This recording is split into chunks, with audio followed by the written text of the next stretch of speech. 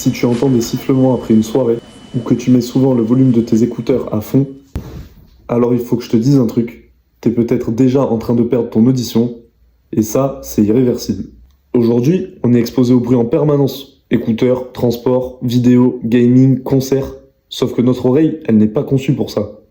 Au-delà de 85 décibels, une exposition prolongée devient dangereuse. Je t'explique.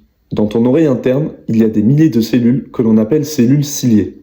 Ces cellules captent les vibrations à l'extérieur, puis les transforment en signaux pour ton cerveau. Le problème, quand tu écoutes un son trop fort, c'est que ces cellules se plient, s'abîment, puis meurent. Et ces cellules ne se régénèrent pas. Donc une exposition trop forte détruit une partie de ton audition définitivement. Et plus le volume est élevé, plus le danger est rapide. À 85 décibels, le danger arrive après plusieurs heures. À 100 décibels, le danger est présent en 15 minutes. Et à 110 décibels, le danger se fait ressentir en 2 minutes. Et autant te dire qu'un concert ou un casque à fond, c'est largement au-dessus de ces niveaux. Par conséquent, ton corps réagit et t'envoie des signaux.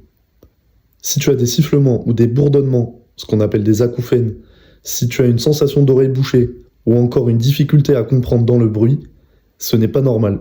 C'est déjà un début de dommage. Un quart des Français souffrent d'acouphènes, ça représente 15 millions de personnes. Et c'est pire chez les jeunes.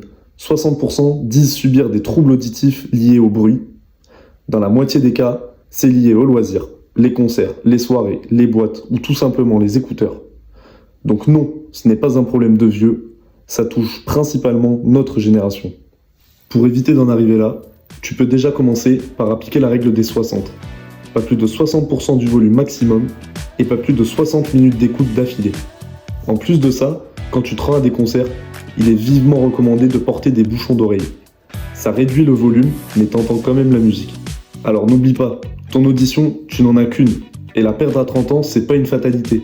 Tu peux déjà agir. Et si t'as des amis un peu fous qui écoutent tout le temps la musique à fond, envoie-leur cette vidéo pour les faire gamberger.